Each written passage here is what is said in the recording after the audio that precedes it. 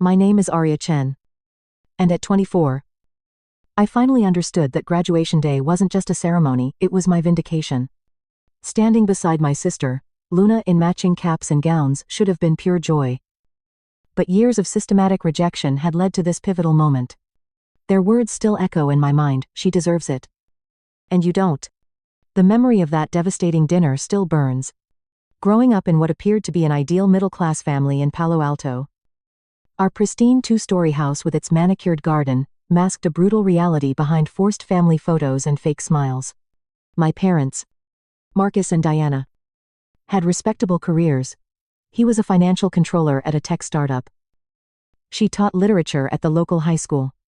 We weren't wealthy, but comfortable enough that money shouldn't have been an issue for my future. Yet somehow, Luna, 3 years younger, always seemed miles ahead in their eyes. With her platinum blonde hair, effortless academic brilliance, and magnetic personality, she embodied their definition of perfection. From childhood, the hierarchy was clear. Luna was their golden investment. I was background noise.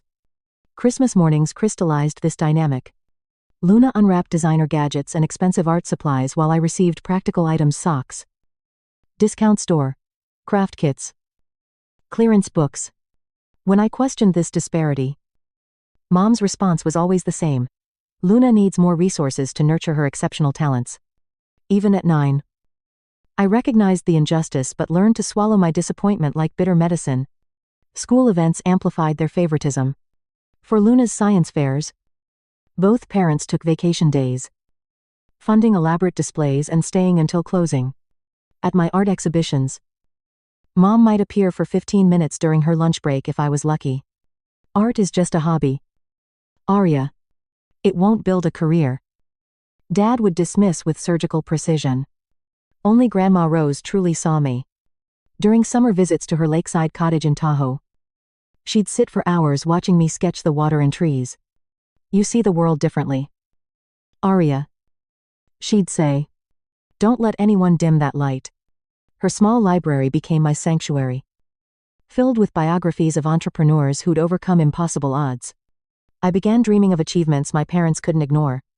High school transformed me into a strategic operator. I dominated every business-related club and discovered a natural talent for financial analysis. When I won the regional entrepreneurship competition, my economics teacher personally called my parents to praise my exceptional work. "That's nice," Mom replied before hanging up. "Did you help Luna with her debate prep? She has regionals tomorrow?" Since sophomore year, I'd worked after school at a local coffee shop, meticulously saving money while maintaining perfect grades despite 20-hour work weeks. Luna joined the debate team and became their star. Her parents attended every tournament, celebrating victories with expensive dinners and weekend trips. Senior year brought our moment of truth. Luna, being exceptionally gifted, had skipped 2 grades throughout her academic career, allowing us to graduate in the same year despite our age difference. We both applied to Stanford University, renowned for its business and political science programs. Against all odds, we both received acceptance letters on the same day. I got into Stanford business, I announced over dinner, hands trembling with excitement. Dad barely looked up from his phone. "That's nice, Arya." Minutes later, Luna burst through the door waving her acceptance letter. "Stanford Political Science," she squealed. The transformation was instant. Dad leaped up. Mom rushed to embrace her. And dinner dissolved into an impromptu champagne celebration. "We always knew you'd make it," Mom gushed, apparently forgetting I'd announced identical news moments earlier. 2 weeks later came the conversation that shattered everything.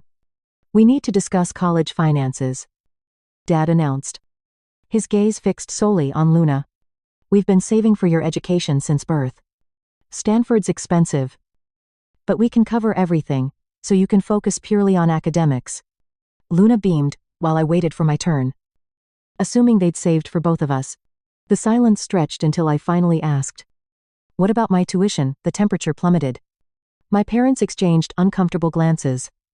"Arya," Dad said slowly, "we only have enough for one of you. Luna has consistently shown greater academic potential, We believe investing in her education will yield better returns. Mom patted my hand condescendingly.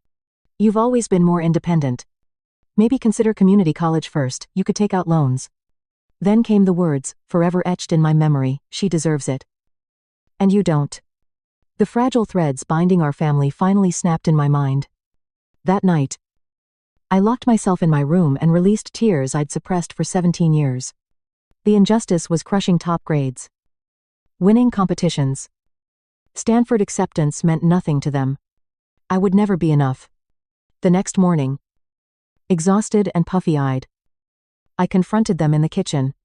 How could you save for Luna but not me? My voice cracked despite my efforts at composure. Mom sighed, stirring her coffee. Arya. We had to make practical decisions with limited resources. But I have higher grades than Luna. I countered. I've worked part-time for 2 years while maintaining excellence. Doesn't that prove my dedication? Dad slammed his newspaper shut. Luna's always been academically focused. You've been distracted by that job and these business fantasies. Besides, she has a clear career path. Your entrepreneurial ideas are risky at best. You never even asked about my plans. I whispered. Listen. Mom interrupted. We can help you apply for loans. Many students finance their own education. Conversation over. Their decision was final. In their eyes, I was less worthy. Less promising. Therefore less deserving of investment. That weekend, I fled to Grandma Rose's cottage. While I poured out my heartbreak, she listened without interruption. Her weathered hands clasping mine. My dear girl, she finally said, wiping my tears. Sometimes, life's most painful moments become our greatest catalysts. Your parents are wrong about you deeply. Tragically wrong. But you have something they can't see: unbreakable determination. Grandma Rose couldn't help financially. But she gave me something invaluable: unwavering belief in my potential. Promise me, you'll still go to Stanford, she said firmly. Don't let their limitations become yours. That night, I made my vow I would attend Stanford with Luna. Fund my own education. And graduate despite every obstacle. The next morning began my campaign. I researched scholarships, grants, work-study programs, and loans with military precision. For weeks, every free moment went to applications. My counselor, Mrs. Kim, stayed after hours helping me navigate the complex financial aid maze. I secured several small scholarships, but they barely dented Stanford's massive costs. Combining federal student loans with a private loan co-signed by Grandma Rose, I scraped together first-year funding. Housing presented another challenge, while Luna moved into an expensive dorm, funded by our parents.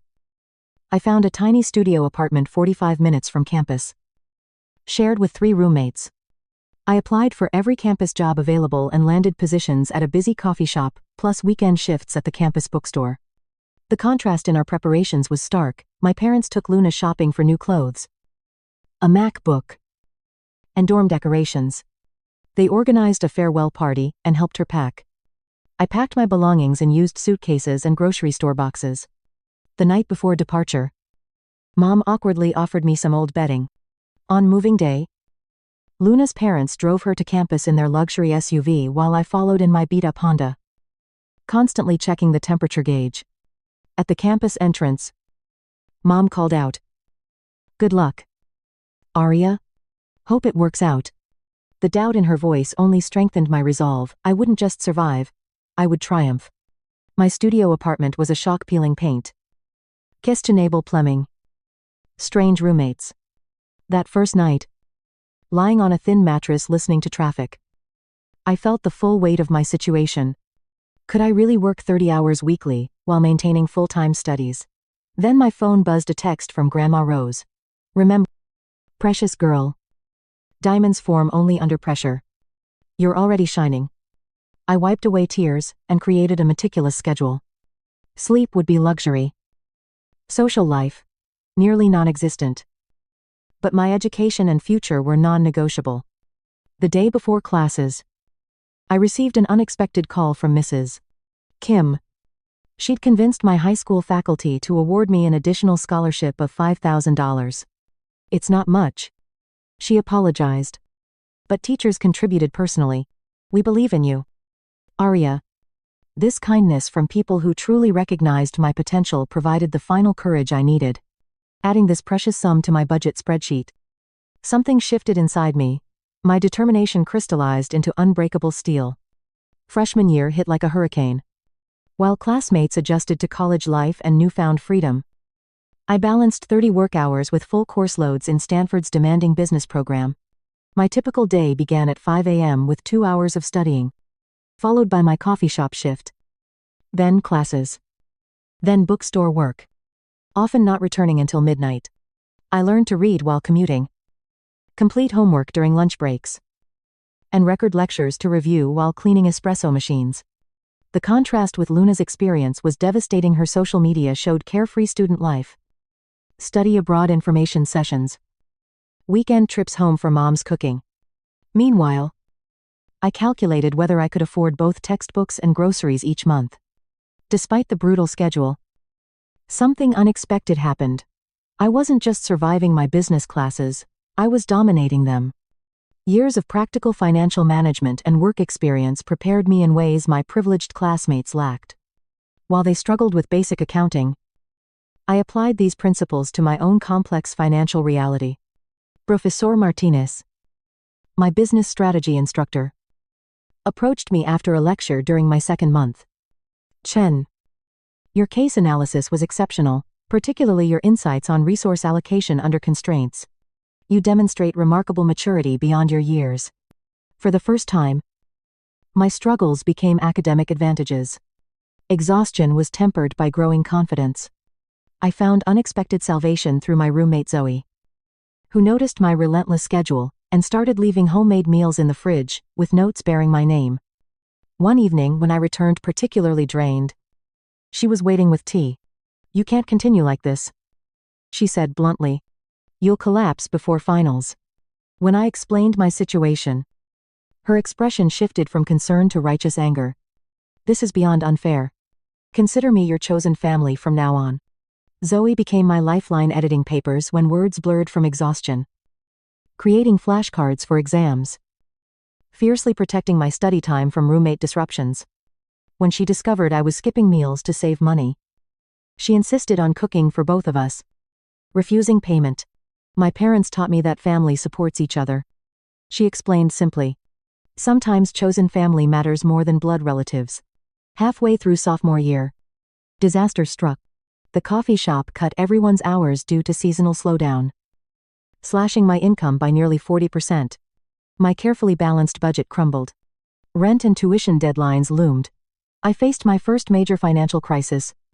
Panicking, I rushed to the financial aid office and made an emergency appointment with Ms. Rodriguez. She examined my situation and offered practical solutions plus unexpected help. Your academic performance qualifies you for emergency funding, she explained. Professor Martinez also recommended you for a research assistant position in the business department. It pays better than the coffee shop and looks impressive on resumes. This position became another turning point.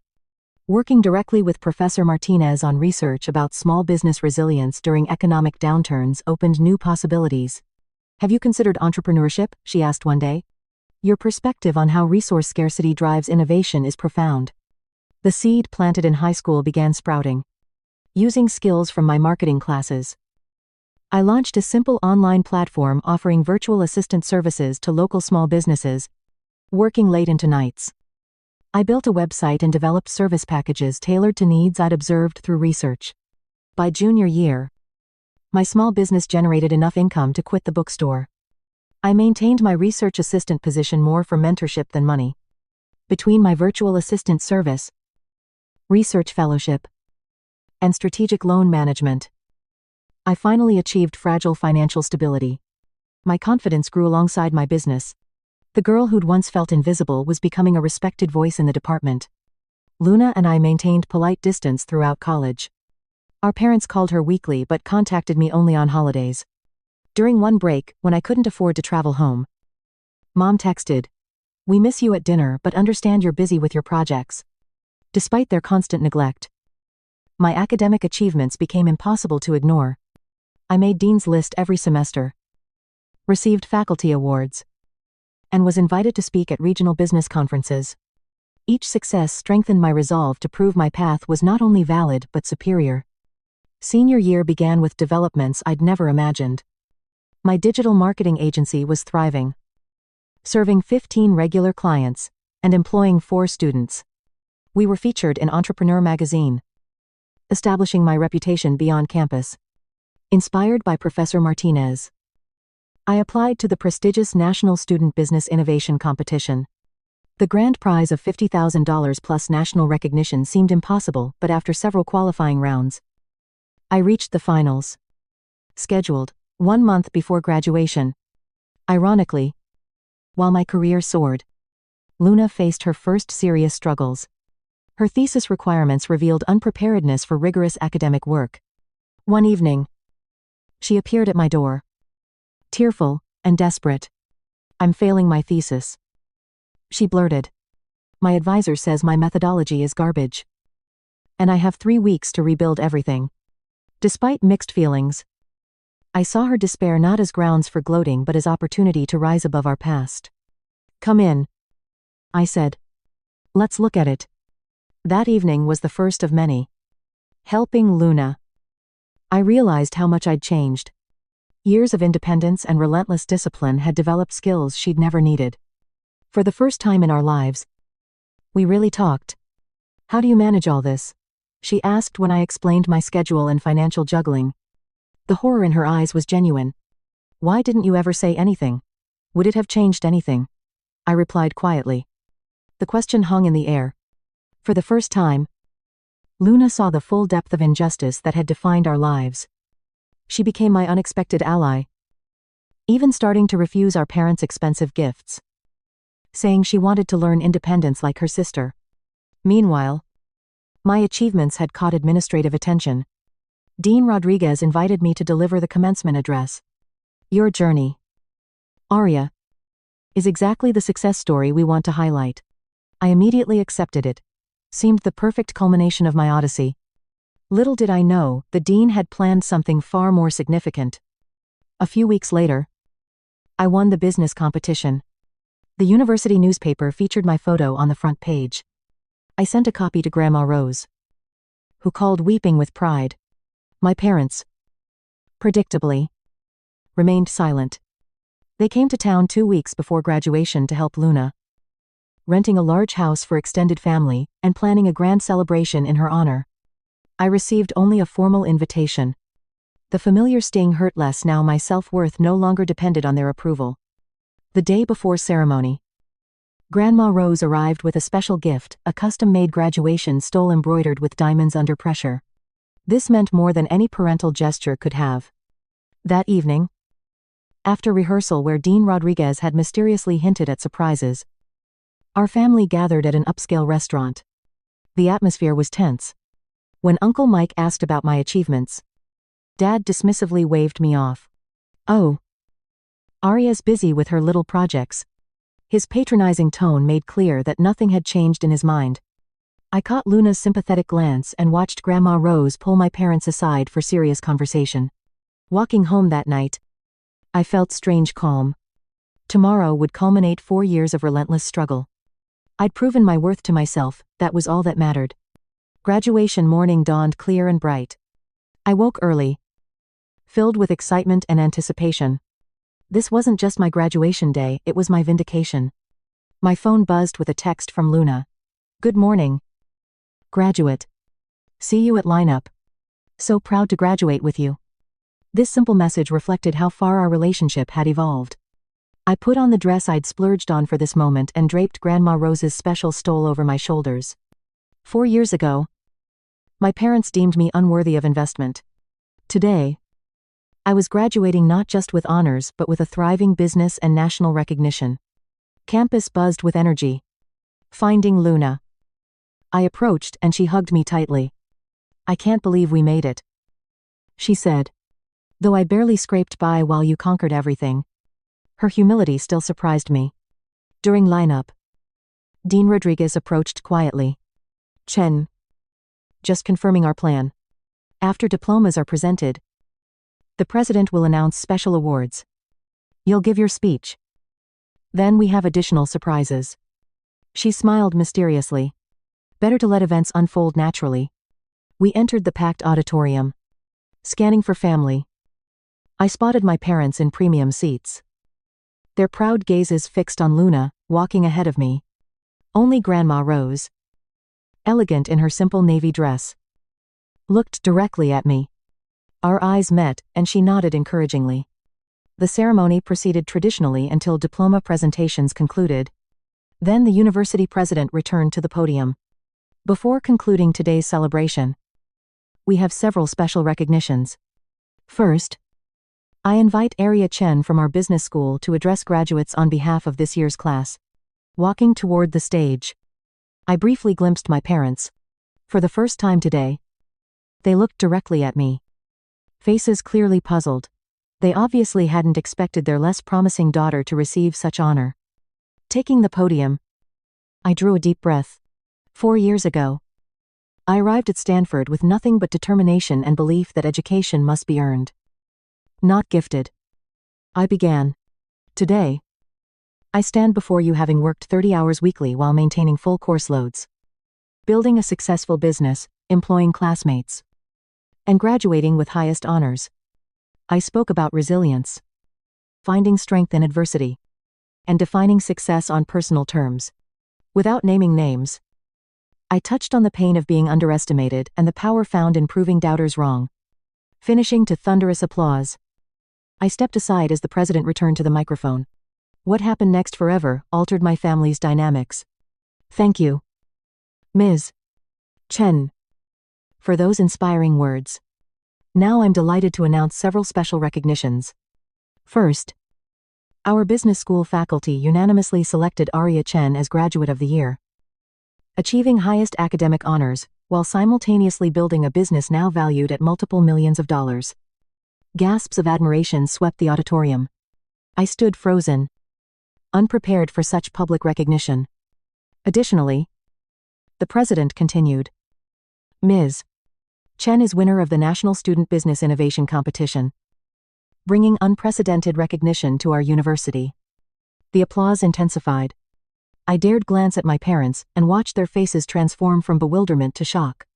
But many of you may not realize, the president continued, his voice carrying clearly through the hushed hall, that Ms. Chen accomplished all this while completely self-funding her education, working multiple jobs, and building her enterprise without any family financial support whatsoever. The revelation hit like a bombshell. The auditorium erupted in standing ovation. Through the thunder of applause, I saw color drain from my parents' faces as their expressions shifted from shock to something approaching horror. They realized everyone now knew they'd refused to support their daughter being honored as the most outstanding graduate. Luna stood among graduates applauding wildly, tears streaming down her cheeks. Finally, the president made his ultimate announcement. In recognition of Ms. Ola Suman, Chen's remarkable example, our board of trustees is establishing the Arya Chen Resilience Scholarship, providing financial assistance to students, demonstrating exceptional determination in overcoming educational obstacles. My vindication was complete. Returning to my seat, Luna grabbed my hand. You're incredible, she whispered fiercely. They were so completely wrong about you. After ceremony, I approached my family. Well, that was quite a surprise, Dad said with a strained smile. You've been keeping secrets from us. Not at all, I replied coolly. I've always been exactly this person. You simply never noticed. Before they could respond, Luna stepped forward, wrapping her arms around my shoulders. Everyone's talking about Arya's speech and achievements, she announced boldly. Isn't it amazing? She accomplished everything without any support. Our mother visibly flinched. Actually, I interjected, I'm celebrating with my business team and mentors today. They've been my real support system these past 4 years. I'm coming with you, Grandma Rose declared, taking my hand. I want to meet these wonderful people who saw what your parents couldn't. Me too, Luna announced it, stepping away from our parents to join us. The sight of both daughters walking away left my parents standing alone amid the celebrating crowd. Their carefully constructed worldview and assumptions about their children crumbling before everyone's eyes in the face of undeniable truth. As we walked toward my real family, the people who'd believed in me when it mattered, I felt the final weight of their rejection lift from my shoulders. I had not only survived their abandonment, I had transformed it into rocket fuel for a success they could never have imagined. The girl they deemed unworthy had become the woman they could never be. Story 2. My parents humiliated me for an hour because I quit high school to start a $10 million business without telling them. Their public outburst is now forever captured in court documents, letters of apologies, and widely shared Facebook screenshots. Hey Reddit. I'm not the golden kid my parents had. I left school, started a business, and believed I was free. They weren't finished. Sorry. This is how it all transpired. My name is Ryan. My parents used to constantly compare me to my sister Arya while I was growing up. The golden child was her. Straight A's. Captain of the debate team. Flawless hair in every picture. I was the one who disassembled the toaster and neglected to reassemble it. Barely making ends meet in maths. Her father referred to her as college material. He referred to me as the project.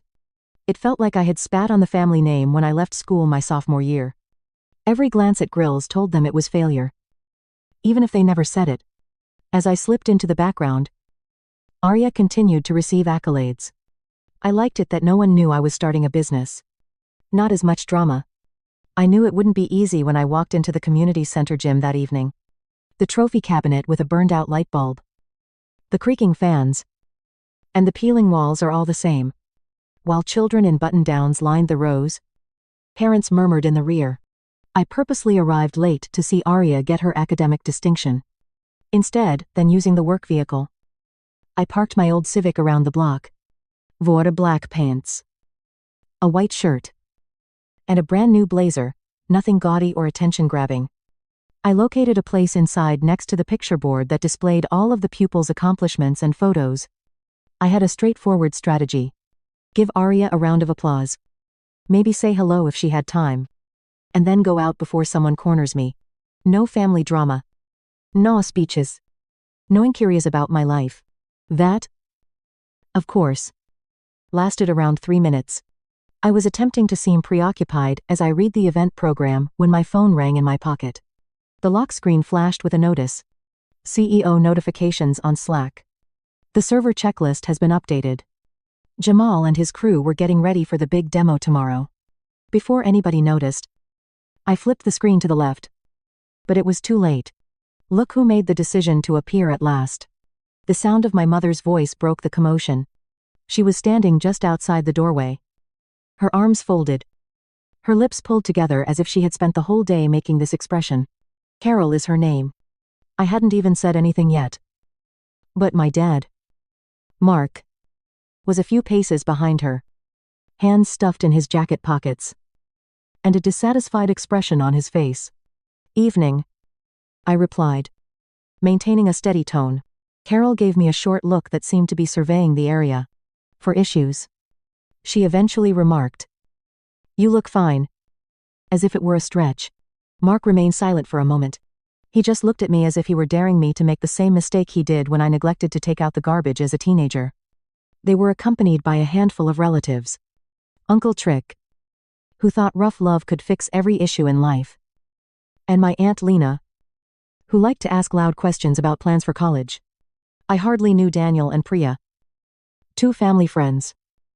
Yet they were staying back and watching as if they didn't want to miss the performance. I said, "Came to help Arya. That's all." Carol dressed me for photo day by adjusting the sleeve of my jacket as if I were still 15. She murmured, "Well, see if you can at least sit through one event properly." Mark glanced at the phone I was holding. "Still playing pretend with that little project of yours," said the man. The phone slipped into my pocket. "It's a company," I said in a steady tone. Not nearly a chuckle. He let out a sharp breath through his nostrils. He repeated comp as if that were the funniest word he had heard all week. I didn't respond because I didn't want to start things before Arya had even received her award. But I could already feel the focus from the neighboring audience. I kept my eyes on the front of the room where a student was making a brief statement on perseverance and hard work, because I wanted to seem busy. I glanced down without thinking. But Mark moved closer before I could lock the screen. "Who is that?" he asked. "Work," I asked, not even trying to hide his smirk. "Work," he said, louder, looking at the relatives behind him. "Right." Another buzz in my pocket. Another notification from Jamal about tomorrow's demo. I felt the heat building in my neck. Not anger yet, but the nagging feeling that this wasn't going to be silent for long. Carol crossed her arms closer. Aunt Lena was obviously smiling now. The way people do when they smell gossip.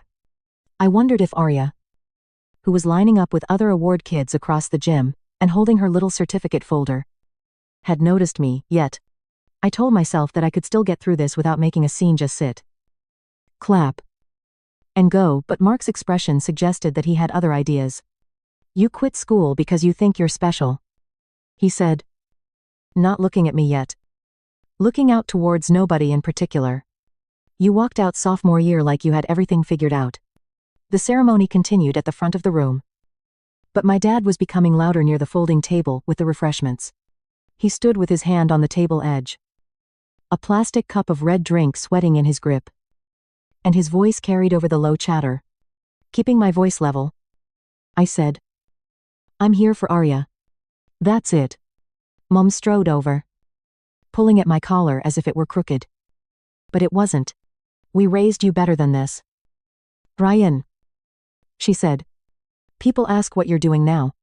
This is what happens when children believe they know better than the people who raised them. What should I tell them? That you fled? You couldn't manage school the way everyone else could." I told her. "It's handled." And she gave a brief, unentertaining chuckle. "Handled, yes." My phone buzzed in my palm once again. And before I could put it back in my pocket, Dad grabbed it. I hardly looked down. "CEO," he continued, his voice brimming with sarcasm, as he read the notice aloud. "Oh. You write that yourself to feel important. Give it back," I replied, extending my hand. He rotated the phone so the family members in the vicinity could see the lock screen with the title CEO at the top of the text. "You see this?" He stretches out the letters, as if they were a joke. "This is what he calls himself now. CEO. You living at home or living off somebody?" Uncle TK leaned against the wall and shook his head as if he had been waiting for this moment. The phone then fell out of his fingers, struck the tile floor, and I heard the screen break. Not dramatic, just short, small intakes of air. He spoke those words. My cousin Jordan muttered something behind me, and I heard the words drop out, life, and a quiet laugh. Mom grabbed my blazer sleeve and pulled me a little closer, so I had to look down at her. "Because it sure ain't a real job if you can't even finish high school." I kept my mouth shut because talking wouldn't help. "You think this is cute," she said. "You know how embarrassing it is when people ask about you," I responded. "I'm not here to argue." But she was already looking at Dad like she expected him to take over. "At least admit you made a mistake. Tell Arya not to follow your example before it's too late for her." I entered the room as if nothing had occurred. "I want to say something," Dad said. His voice was firm, the kind that makes people turn around, whether they care or not. My stomach tightened.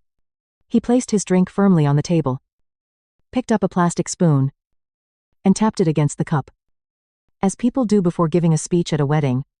He paused just long enough to say, "Finish what you start, because quitting ruins futures." He didn't say my name, but his eyes fell on me like a weight. Someone near the back raised their phone a little higher. Recording. My face felt hot. "We got kids in this room who worked hard for years to be here tonight," he said, looking out at the rows of students and parents. Then his hand slammed down on my shoulder. Not a light grip. His fingers digging in hard, clamping over the collarbone, his thumb pressing into the muscle like a vice. I shifted back a step, hoping to blend into the chairs and just wait out. But he yanked me forward so quickly that I stumbled into the folding table, one cup toppling over as the cups rattled. "Stand here," he yelled, his voice sharp enough to pierce the entire gym. "You wanted to show up. Then listen." Red drinks splashed across the floor. My chest struck the edge, and pain shot through my shoulder, where his hand remained locked.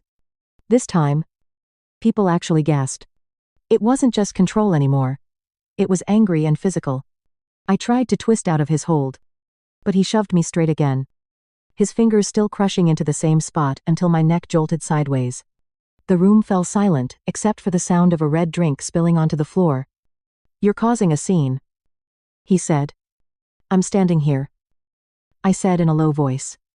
His next remarks about responsibility and wasted potential, however, were not heard by anyone.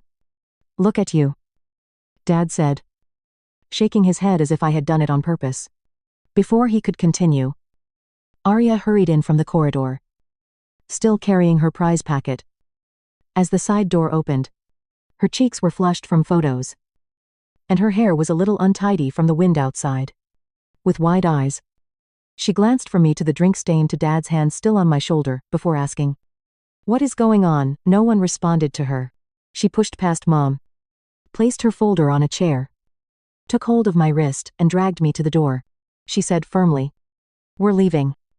And I followed her out, my legs trembling, the room humming with whispers behind us. When we got to her car, she slammed the door, tossed her folder in the back seat, and turned to face me while gripping the wheel. "What was that? What's going on with you?" she asked. My shoulder burned under my shirt, where the flesh was already hot, and I wiped at the sticky crimson liquid on my blazer. But it just made it spread more. She blinked as if she hadn't heard me correctly. But I finally said, "I didn't drop out because I was lazy. The company is real. We've got Vinci Trays employees now. The last pricing round valued us around 10 million. Series B term sheets are circling. We're about to start our Series B round next month." I added, "Tomorrow is a big client demo." Arya stared for 10 long seconds before shoving the keys into the ignition. "All right," she said sharply. "We're getting you checked out, and we're calling someone official because that wasn't normal back there." My phone kept buzzing on the way to urgent care, and Mom sent 3 consecutive messages. Arya read them aloud, face tight. They genuinely believe they are the victims right now. The drive to urgent care only took 12 minutes. Neither of us said much. "You embarrassed us. You think money justifies disrespect. Wait until the family hears about this." Dad texted once. When we entered, the receptionist glanced up and immediately focused on my smudged shirt and the broken phone in my palm, as if she were reliving the incident. "You need police. Non-emergency." Arya responded before I could respond. "We just need this documented," she asked right away. My phone kept buzzing while we waited. "Mom again. Don't you dare twist this online. Families handle things privately."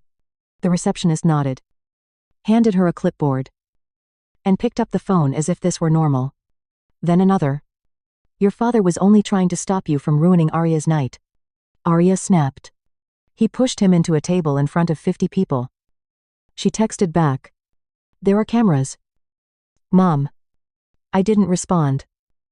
And a few minutes later, I got a call from a nurse wearing navy scrubs. She was carrying a digital camera around her neck, which is standard for documentation. "Where did he grasp you?" she asked. And I removed the torn jacket.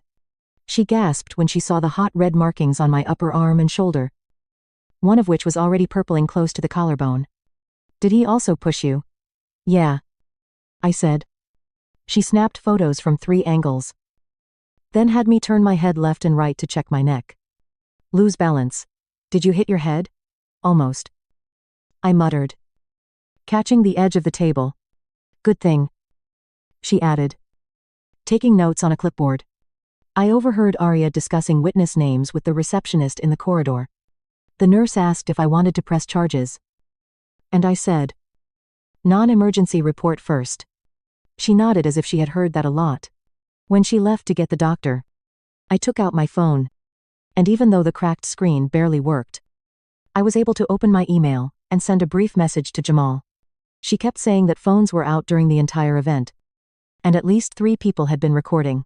He wrote back in less than 5 minutes, saying, "Don't post anything. Keep all receipts. I'll get Paula on calendar tomorrow morning." The doctor arrived then. He was an older man with gray hair and quick movements. and he applied pressure to the bruises near my shoulder and chest. We'll explain later. Family incident, documentation. Nie dlawier kontakt. Mild contusion. And possible sprain in the chart. Was written when asked about the degree of discomfort. Advised me to put it on hold tonight. Tomorrow. Keep an eye out for stiffness. I made no remark. Just printed the papers. Signed it. And gave it over as if he had done it 1,000 times. This was supposed to be a nice night. I muttered. Partly to myself. The receptionist handed us a non-emergency police report form on the way out, which Arya filled out at the counter while I held the ice pack against my shoulder. She was silent for the first few blocks of the drive home before exploding, gripping the steering wheel tightly. They acted like you ruined their lives just by showing up. As if you deserved it. Were you there when Aunt Lena filmed? Arya took out her phone at a red light and said, I'm asking her. Texting quickly. And Jordan and Priya. Somebody's got video. I sat back against the seat. And my shirt felt chilly where the ice pack squeezed through the fabric. Maybe. I replied. I swear she had her phone out the whole time. After I finished moving pictures to my laptop, I immediately went to my room. Cleaned up the sticky mess. And threw the blazer in a trash bag rather than the hamper because it was evidence now rather than laundry. I took pictures of everything, including the red stains, shoulder marks, police report form, ice pack wrapper, and even the cracked screen from 3 different perspectives. Arya was in the hallway discussing witness names with someone on speaker. So I sat on the bed with the folder open on my laptop. Each file was placed in a folder named Incident 5. Archis. I uploaded copies to my email and sent the link to Jamal, who responded with a single sentence, keep everything. Paula will need it all. When we arrived at Paula's office the following morning, the family group chat had already exploded, with Mom posting a paragraph expressing her heartbreak and her own son dragging the family name through the mud for sympathy. My shoulder ached. But all I could think about was my dad's face when he shoved me in front of everyone as if I didn't even belong there. Dad continued. We tried to discipline him. Now he wants to play the victim. A relative attempted defending me. Mom instantly commented. Kids nowadays have no regard for elders. Arya screenshotted everything. Paula's office situated on the 10th story of a glass building downtown. Clean lobby. Silent halls. That subtle scent of carpet glue and coffee. We didn't even sit long before Paula walked in. Dark suit. Gray streak in her hair. Legal pad in one hand. Phone in the other. Morning. She said. Let's get to work. She didn't waste time. Police reports in progress. Next steps. Witness statements. Medical records. Property damage claim for the phone. Possible protective order if they keep contacting you. Civil claims for assault mediation with the community center about their lack of security protocols. That's the menu. I pulled my laptop out. They're saying I made everything up. I said. Paula motioned for me to turn it around. I showed her the incorporation papers with my name listed as founder and CEO. Payroll summary, with 23 employees. Redacted financials. Screenshots of the tech weekly features. And the signed client contracts. She looked through everything quickly. Nodded. Perfect. That kills the unemployed dropout story they're pushing. While we talked, Arya's phone buzzed nonstop. Mom was texting her things like real families handle problems privately. And we're the ones humiliated here. Dad sent tell him to stop hiding behind lawyers. Paula just said. Forward, all of it. Court love documentation. Then more relatives started messaging. One aunt wrote that Mom and Dad were just old school and I should respect their intentions. Another uncle said. Maybe I irritated Dad by coming there unannounced. Nobody mentioned the video when Dad slammed me onto the table. Paula continued composing messages as Arya transmitted screenshots. She sent one to the community center, demanding security camera footage. Another to my parents' lawyer. If they had one yet. Saying all contact needed to go through her office from now on. A third outlined the property damage claim for my cracked phone and the ruined blazer. Around noon. Jamal texted. Board call at 1:00. Just deliver short facts before rumors develop. I called from the foyer of the office. Police report filed. I informed them. Referring to the family incident. Everything is being handled by a lawyer. Business unaffected. They went on to financials as if nothing had occurred. That afternoon, Paula contacted my parents' lawyer for the first time. The man attempted to explain that it was simply a family dispute. But Paula interrupted him. One board member inquired whether my name would be on the news. Not if we keep things quiet, I said. The lawyer asked if we plan to go public. And Paula replied, that depends on your clients. In the meantime, Dad sent me another direct email. Be a man. My client ended up in urgent care with documented bruises. We have video, photos, witness statements, and texts that show harassment after the fact. This isn't a disagreement. It's assault. Paula forwarded it directly to the protective order file. That night, the first witness video arrived in my inbox. It showed a clear shot of Dad pushing me into the table. And you could hear Mom screaming, "Stop embarrassing us." People in the background said, "Whoa. And that's too far. Come talk face to face." Only cowards hide behind lawyers. They're done pretending this was nothing, Paula said after watching it once. She then closed her laptop and began writing the mediation demands. Written apologies. No contact agreement. Reimbursement for damages.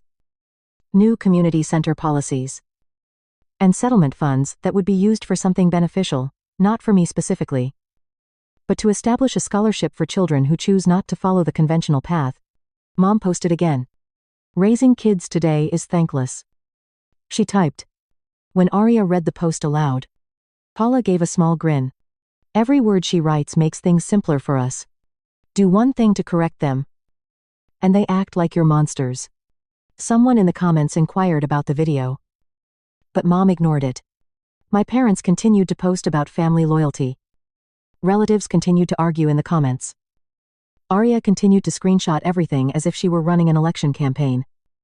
And Paula simply stated that they have no idea how bad this looks to anyone outside their bubble. By the end of the day, she said, we had witnesses, medical records, screenshots, videos, financial documents, and draft letters ready. And the mediation date was set for next week. The following morning, the family group chat turned into a battleground. Dad kept calling me a coward for hiding behind lawyers. Mom posted paragraphs about disrespectful kids who ruin their future. Half the relatives were fighting in the comments, and a cousin asked if anyone had seen the video of Dad pushing me into the table. Arya took a screenshot of the entire thing for Paula. And Mom said, that was discipline, not abuse. Jamal texted at 8:00 a.m. And I had barely time to scroll before the client demo at 10:00. Be ready. Because the Chicago deal was huge, 60 locations. The big contract value. And it was just the right time for our Series B pitch deck. Mom? We gave up everything for you. And this is how you pay us back, some uncle. Your parents raised you better than to sue your own family. Dad. A real son would talk to his parents instead of cops. I ignored all of this. I put on a clean shirt, picked up my laptop and drove to the office. I had the slide deck ready. Hair still wet from the shower. And by 9:30, the team was settling into our largest conference room, where Kevin, our lead developer, was doing last-minute platform checks. At 9:42, Kevin looked up from his screen. Pal. And I quickly crossed the room. Down. Database, locked. Backup cold. He said. The client call was already live on the large screen. And two politely smiling people in suits were waiting for us to begin. I said. Fail over now. Kevin warned that it would take 15 minutes. So I unmuted the call, saying, we had a technical issue that caused a 12-minute delay. Thank you for your patience. I then looked at the team, brought up the backup, loaded the demo data, and we went live at precisely 10. My phone rang on the table, and I pushed it away, saying, Mom, You've embarrassed us enough. Stop dragging this out. Meanwhile, Jamal sent changes to the client's project manager. Kevin pounded instructions into his terminal. And another developer looked through problem logs for anything worse than poor luck. The demo went smoothly after that. The client asked about reliability. Obviously thinking about the crash they just witnessed, I explained our failover process, promised more automation, and answered all of their questions without hesitating. I told the team to focus. Kevin gave his thumbs up at 9:56. Backup online. Data restored. At 1000 on the dot. I unmuted. Thank you for your patience. Let's get started. At the end, the client said, if this is how you handle problems under pressure. Ling ling ling. The team finally took a breath. Jamal smiled and leaned back in his chair. Biggest deal yet, he said. I checked my phone as they celebrated with stale donuts from the break room. Mom wrote on Facebook, unappreciative kids will regret disrespecting parents one day. Real men don't sue family, said Dad. The comment thread included 50 replies. To which one, Aunt responded. Real men don't put their kids in the hospital either. Paula received screenshots from Arya. Dad then sent me a straight SMS. Do you believe that you are superior to us because of this money? To be without family is to be nothing. In less than 5 minutes, Paula responded to my forward. Each text makes the argument stronger. Don't answer. The Chicago client's signed contract arrived in my email around midday.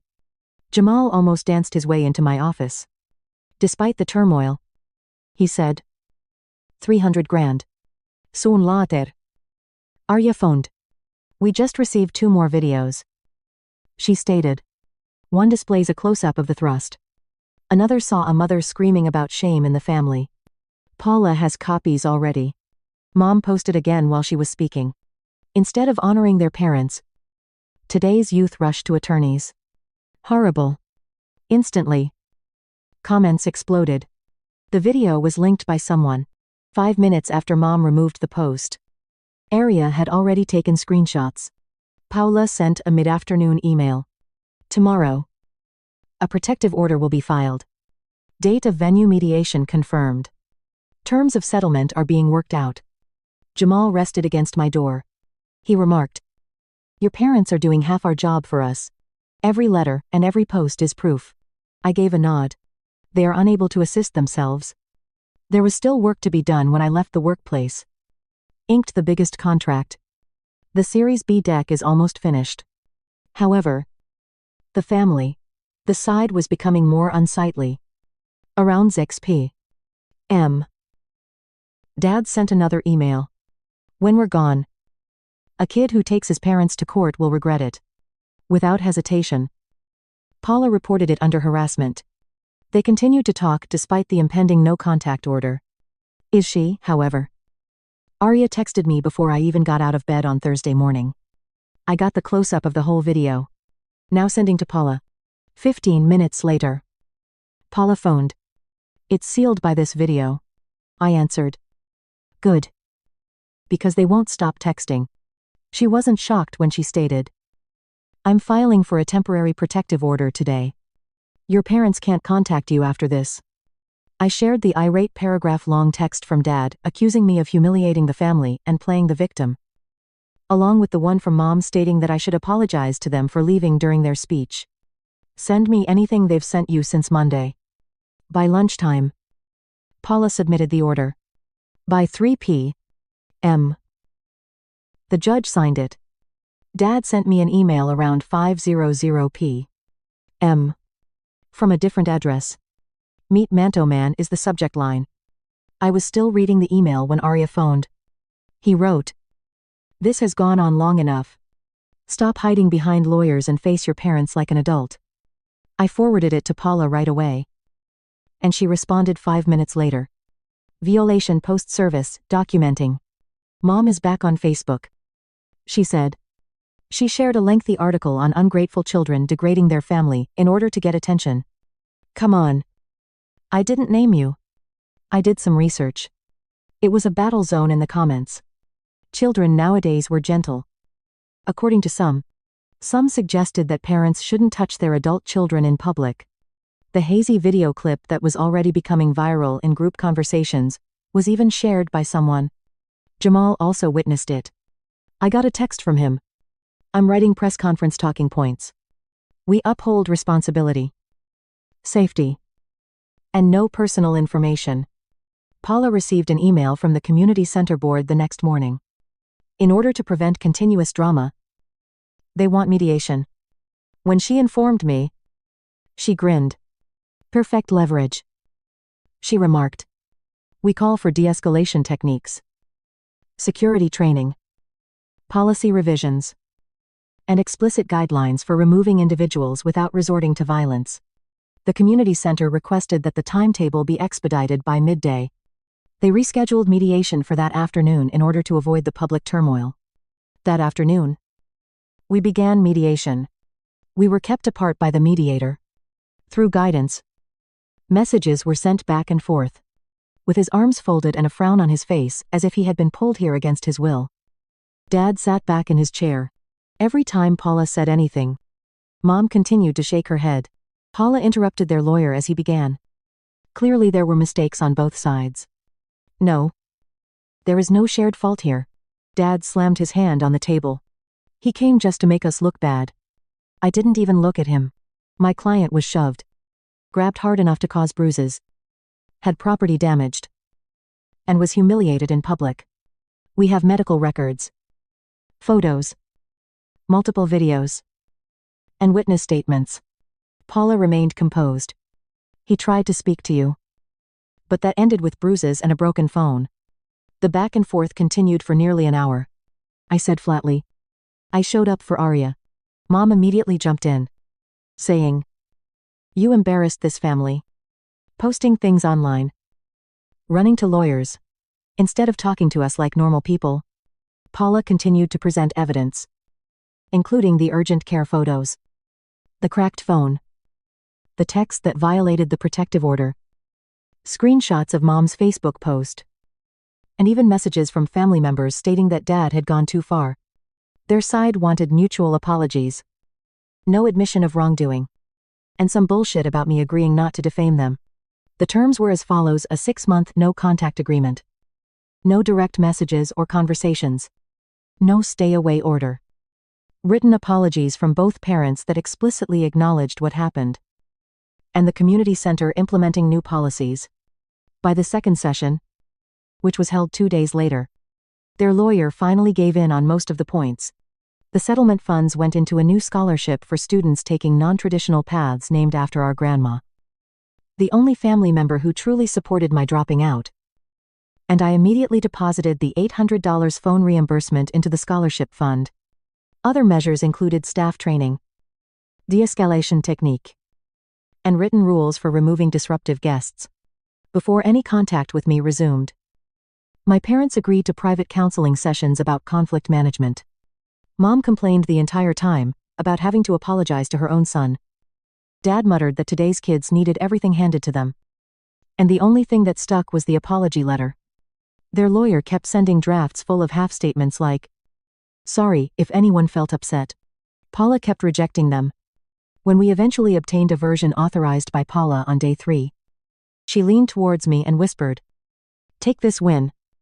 In a hushed voice, we're sorry for our actions that night and the distress caused. It wasn't flawless, but it was clear enough for the record. I signed the settlement. Arya signed it as a witness, and neither of my parents looked at me when they signed theirs. Outside the mediation room, Dad said to no one in particular, ridiculous waste of time. Mom crossed her arms and muttered, families used to handle things privately. I remained silent. This is as much accountability as we're getting without dragging this through court for a year. In a dull downtown conference room, with white walls, a long table, and a pile of papers at one end. The settlement was concluded on a Thursday afternoon. Paula gave me a pen first, and I signed my name beneath each section. No contact order, scholarship agreement, community center policy updates, or reimbursement paperwork, while my father scrolled his signature across from me as if the pen had offended him.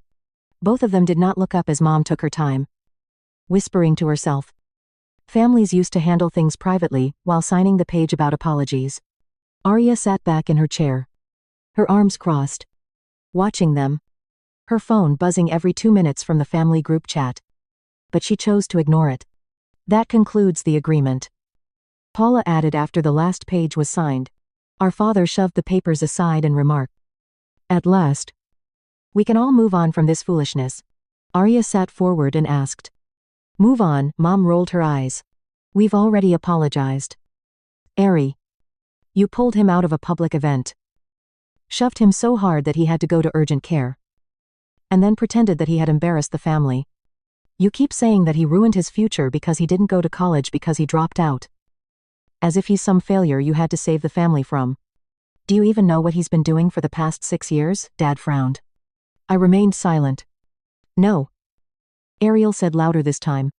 "He was on the phone closing a $300,000 deal. While you were posting Facebook tirades about how he embarrassed you." This was her moment. Arya took out her phone and opened the Tech Weekly article Paula had saved. Turning the screen towards them. "Last priced round around 10 million. She said clearly. 23 employees. Series B term sheets already in. Clients in 3 states.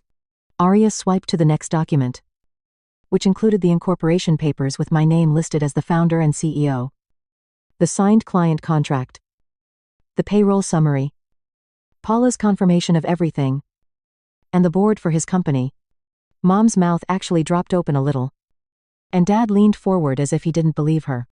"Lies," he said automatically. There was silence for 10 seconds until Mom remarked, "Why didn't he tell us? You called him a failure in front of 50 people while he was running something worth more than this entire neighborhood." Arya yelled. "Because you don't listen."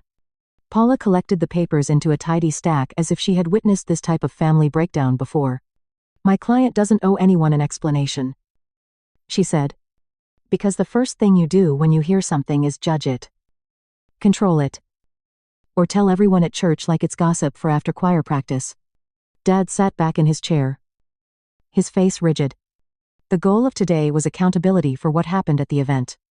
"That's done." Mom shifted uneasily. Dad glanced down at the table. And Arya said, "You know what he did with the settlement money? You know what he did with the settlement money?" she asked them. "And he immediately invested it in a scholarship for children who don't follow the conventional path. Naming it after Grandma because she's the only person in this family who truly believed in him. While you were busy pretending to be the victims, he made it into something positive." Paula closed her bag. "We're finished here," she said. Arya rose. "Yeah," she said. "We are. He could have made you spend a year in court. No physical contact during removals. Mandatory de-escalation training for staff. Clear guest removal procedures. Rows of folding chairs facing a small stage with a banner, reading the Evelyn Grant Scholarship for Non-Traditional Achievement. And new policies were already posted on the bulletin board when the scholarship launch took place 2 weeks later in the same community center gym, where everything had gone down. Mom and Dad were in the second row. And they hadn't glanced at me since they walked in. Grandma's name was written in large blue letters. Arya and I sat in the back, while the community center director spoke briefly about transforming challenging times into opportunities for growth. Parents applauded. And some children appeared interested. The room erupted when the director revealed the scholarship amount, which was $50,000 to begin with, and was paid for by the settlement and my personal contribution. He then introduced the first recipient, a junior who had developed 3 small apps but found regular classes difficult. The child smiled as if he couldn't believe it was real. And Arya leaned over to his parents. She whispered, "That's where the money went. Not to lawyers. Not to retaliate. To help kids like him." Neither of them responded. A few parents approached me to shake my hand after the ceremony. One said he was grateful that I had managed to make something positive out of the chaos. And another said his son wanted to apply the following year. Mom and Dad stood at the exit on the other side of the room, looking smaller than normal. As if they had realized too late that they had been mistaken about everything. Arya passed them silently. And when she knocked on my door that night at home, she remarked, You should have seen their faces. With a smile. We should have dinner. People are asking why you won't talk to us. When I read those numbers out loud, they didn't know whether to argue or faint. I shrugged. It's not about them anymore. She nodded. Yeah. But it was satisfying. Mom tried calling twice after the no contact order expired. She left voicemails as if nothing had happened. And I didn't call back. Dad sent one email. Saying, family comes first. You made this bigger than it needed to be. I forwarded it to Paula, who said I didn't owe them anything unless I wanted to talk. Arya once saw them at a cousin's birthday party.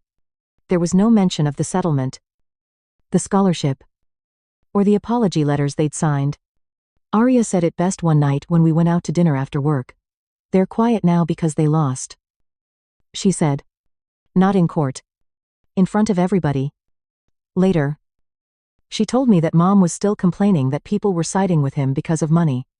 Dad said I should have handled things privately. Or like it was my fault, cameras existed. But no one was listening anymore. I nodded. The scholarship continued to grow. The work continued to expand.